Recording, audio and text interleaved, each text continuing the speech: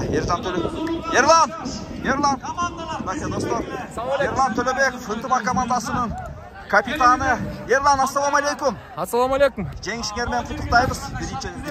Чоң рахмат аке. Баракелді. Ушул ойын жөнүндө бир эмоциялармен бөлүшсөң. Бул ойын жөнүндө айтсак. Көрүштөр, эки команда тең. Кыргызстан эң мыкты деген клубтардын бири да.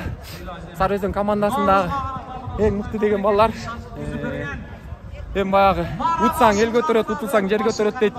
Биз негизи утулганга деле дайым болуп чыкканбыз. Кудайдын буйругу экен. Биз өзүбүз ойлогондой оюн болду да. Биз ошол. Баракелде. Ерлан, бул оюнда кандай тактикага басым жасайбыз деп чыктыңар эле?